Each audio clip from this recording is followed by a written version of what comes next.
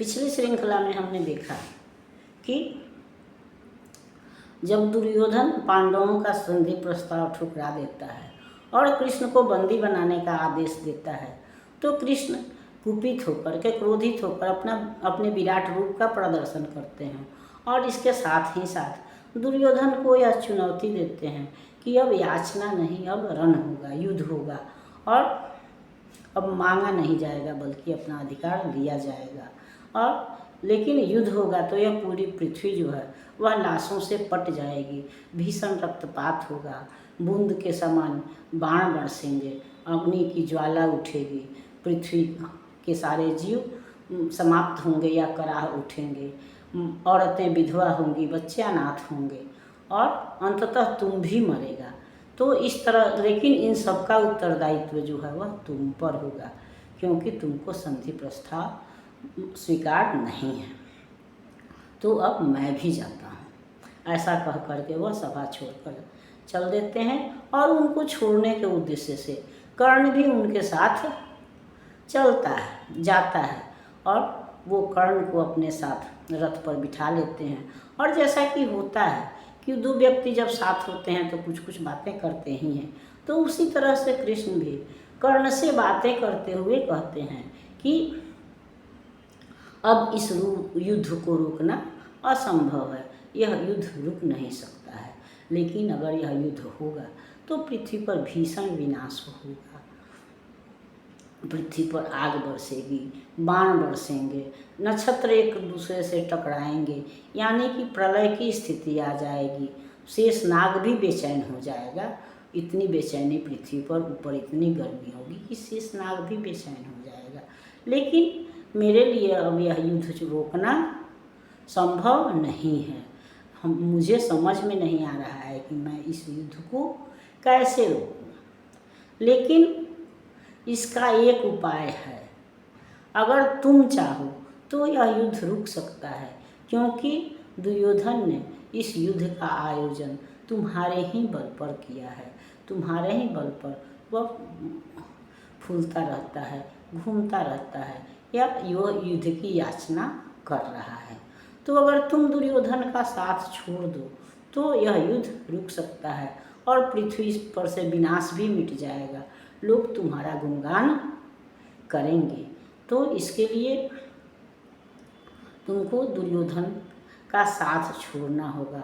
और साथ छोड़ने का क्या कारण है, वह कारण बताते हुए वह उसके जन्म का रहस्य जो आज तक छुपा हुआ था, वह युद्ध को रोकने के उद्देश्य से कहिए या जिस कर्ण को अपने तरफ करने के उद्देश्य से, वह कर्ण को उसके जन्म का रहस्य बतलाते हुए कहते हैं कि तुम कुंती के बड़े पुत्र हो, प्रथम पुत्र हो।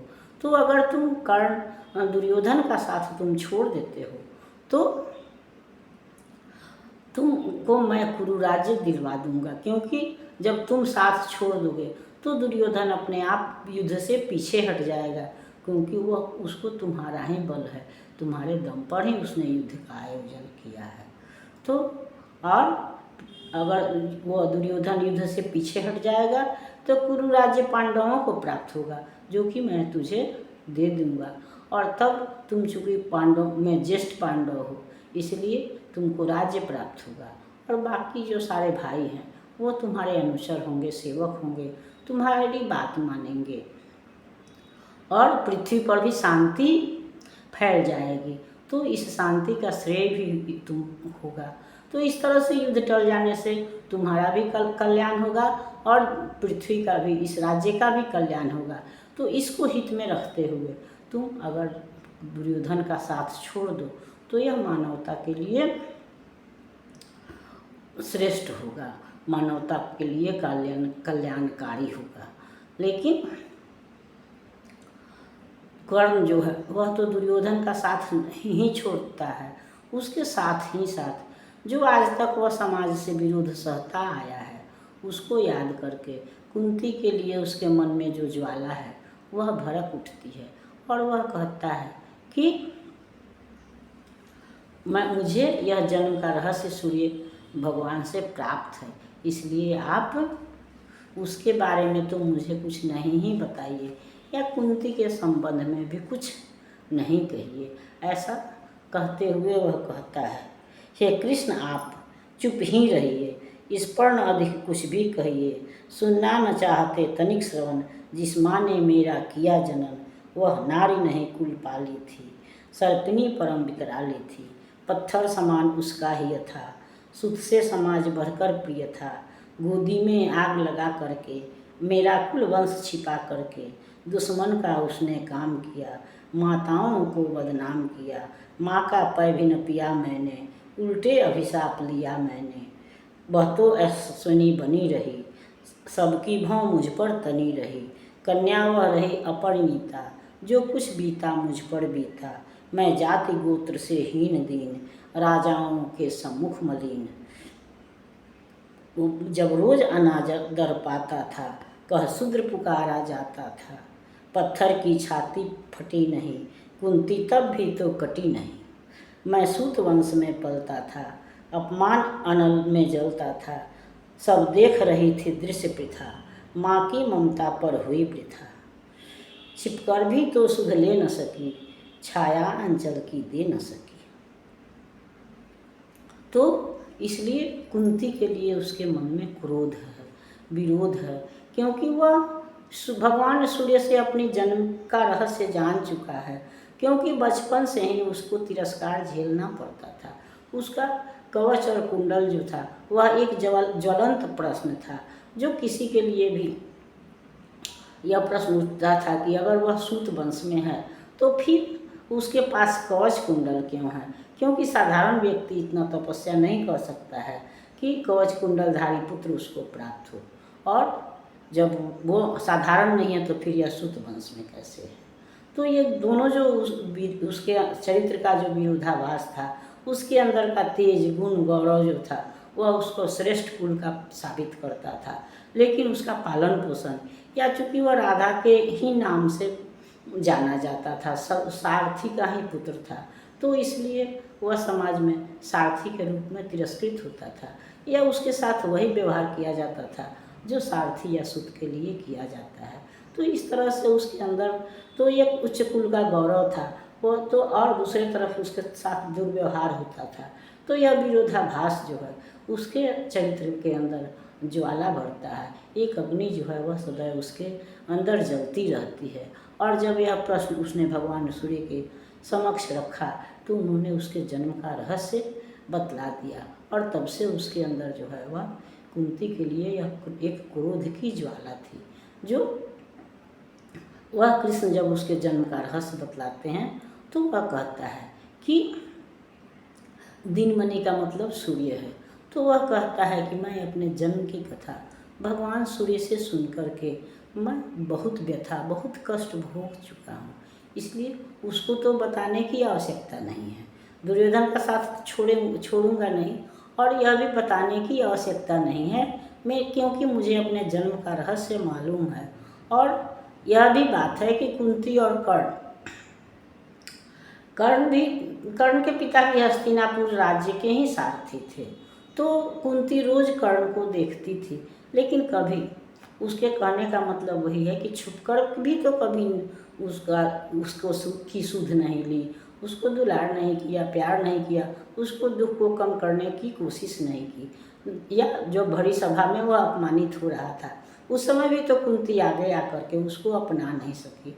तो न वह भरे समाज में उसको अपना सकी, न अकेले में उसको अपना प्यार समर्पित कर सकी। तो फिर आज इस प्यार का, इस समर्पण का, इस परिचय की क्या आवश्यकता है।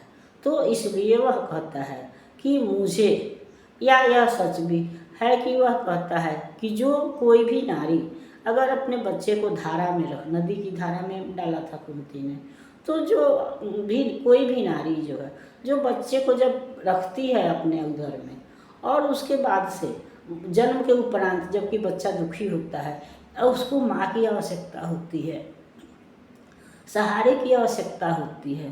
तो ऐसी स्थिति में अगर कोई माँ उसको धारा में बहा देती है या असहाय मरने के लिए छोड़ देती है, तो फिर वह औरत नहीं कहला सकती है, वह तो कठोर हृदय सर्पिणी है, काल है, कराल है। यानी उसको हम जिस भी संज्ञा से विभूषित करें, जितने कटु शब्द हम उसके लिए प्रयोग करें वह कम ही है। हालांकि यह सत्य है कि वह औरत भी परिस्थितियों के से विवश होती है, लेकिन फिर भी जब बच्चे को जन्म दिया है तो उसको सुरक्षित स्थान दिलाना भी किसी भी नारी का, किसी भी माता या पिता का कर्तव्य होता है। लेकिन जब नारी असहाय अपने को समाज से बचाने के उद्देश्य से वह बच्चे को जब असहाय छोड़ती है तो वह माता का पद तो अपने आप खो देती है, फिर वह माता कहलाने लायक नहीं रहती है, उसको हम माता की संज्ञा नहीं दे सकते हैं। तो इसलिए वह क्रोधित होकर के कुंती के लिए कहता है कि जब उसने हमको धारा में बहा दिया तो वह नारी कहलाने के योग्य नहीं थी उसकी दृष्टि में, या वैसे जो पुत्र हैं उनकी दृष्टि में वह औरत नारी कहलाने के योग्य नहीं थी, बल्कि वह सर्पनी थी। जो कहते हैं लोग कि सांप भी अपने अंडे को खा जाता है। तो या फिर वह उसका हृदय जो था वह पत्थर के समान कठोर था, जो अपने पुत्र के रुदन से पिघल नहीं सका, बल्कि उसने अपने सद्य जात शिशु को, तुरंत जन्मे हुए बच्चे को धारा, नदी की धारा में छोड़ दिया या मरने के लिए समाज की इच्छा पर छोड़ दिया। तो यह उसकी कठोरता की पराकाष्ठा है, चरम सीमा है कि वह उसने गोदी में नहीं लिया, लेकिन बल्कि अपने गोद को ही कलंकित किया। और मेरा कुलवंश, जो अगर वह कुंती का पुत्र होता तो समाज में यशस्वी होता, पांडवों के समान उसको भी इज्जत प्राप्त होती, सम्मान प्राप्त होता, लेकिन उसका कुल वंश छिपा करके आज वह सूत वंश में पल करके रोज अनादर पाता है। तो यह तो उसने शत्रु का काम किया, माता का काम नहीं किया। कोई भी माता पिता अपने बच्चे को सम्मान दिलाना चाहते हैं, उसको उत्तम स्थान पर पहुंचाना चाहते हैं, उसको समाज में आदर दिलाना चाहते हैं, नहीं कि यह चाहते हैं कि मेरा बच्चा समाज में तिरस्कृत हो। लेकिन कुंती ने उसको तिरस्कृत होने के लिए समाज के इच्छा पर छोड़ दिया। इसलिए कर्ण के अंदर कुंती के लिए विद्रोह है, ज्वाला है, क्रोध है। वह कहता है कि मैंने तो माँ का दूध भी नहीं पिया, पाए का मतलब दूध होता है, बल्कि उल्टे मैंने जन्म का अभिशाप ही सहा। वह तो कुंती जो है वह कन्या बनी रही, यशस्विनी बनी रही, और मैं तिरस्कृत होता रहा। जो कुछ भी बीता, जो भी अनादर हुआ वह मेरा हुआ। कुंती पर तो कोई असर नहीं पड़ा, वह यशस्विनी बनी रही, 5 पुत्रों की माता बनी रही, लेकिन मेरा कोई जाति नहीं था, न कोई कुल था, न गोत्र था, क्योंकि कवच कुंडलधारी सारथी नहीं हो सकता था। और वही बात है कि अगर सारथी का जो है वह समाज में जितना सम्मान मिलता था वो उसको उतना ही मिलना था, उसको अनादर सहना ही था। तो न वह सारथी ही के कुल में था, न यशस्वी किसी उच्च कुल का ही था। इसलिए वो दोनों ही तरफ से एक तरह से समझिए तो तिरस्कृत था। उसका चरित्र या उसका जीवन जो है वह अपने आप में वह एक ज्वलंत प्रश्न था। तो इसलिए वह कहता है कि मैं सूत वंश में पल करके लगातार अनादर सहता था, और वह कुंती जो है वह चुपचाप देखती रही, लेकिन उस समय भी तो उसने मुझे आगे बढ़ के अपनाया नहीं, मेरी सुधि नहीं ली, मुझे अंचल की छाया नहीं दी। हम यह भी देखते हैं कि प्रायः बच्चे जब दुखी होते हैं या छोटे बच्चे जब रोते हैं तो माँ उसको अपने गोदी में समेट लेती है, या उसके धूल पोंछने के लिए, उसके आंसू पोंछने के लिए माँ किसी अलग से किसी कपड़े की आवश्यकता नहीं महसूस करती, खोजती है, बल्कि वह अपने आंचल से ही उसका धूल, उसका चेहरा, उसका आंसू पोंछती है और उसके अपने हृदय से लगा लेती है। तो बच्चे का आधा दुख जो है वह कम हो जाता है। और यह अनुभव तो प्रायः सभी लोगों को है कि जब कोई हमें हृदय से लगा लेता है, हमको प्यार करता है, तो कष्ट तो अपने जगह पर है, लेकिन आधा दुख अपने आप खत्म हो जाता है। तो कर्ण को तो वह स्नेह भी नहीं मिला, जो भी मिला वह राधा ही से मिला। तो इसलिए वह कहता है कि मेरी तो माँ राधा ही है, कुंती को मैं मान नहीं सकता। फिर बात क्या है कि आज मेरे ने जो दोष मेरा जन्म के समय था वह दोष तो आज भी है, आज भी मैं सूत पुत्र ही हूँ या प्रथम पुत्र हूँ। इसको जानने पर भी कुंती की बदनामी ही होगी, अर्जुन की भी बदनामी होगी कि युद्ध के डर से उसने नया रिश्ता जोड़ लिया। फिर आज यह बात क्या है कि लोग आज मेरा वंश मुझको खोज रहा है। तो क्या 5 पुत्र हो जाने पर या युद्ध की स्थिति आने पर या अपने बेटों पर कष्ट आने पर औरतें सदैव हो जाती हैं, ऐसा कुछ है? तो यह प्रश्न वह कृष्ण के सामने रखता है, जिस पर हम अगली श्रृंखला में विचार करेंगे। तब तक यह श्रृंखला आपको पसंद आती है तो लाइक कीजिए, सब्सक्राइब कीजिए।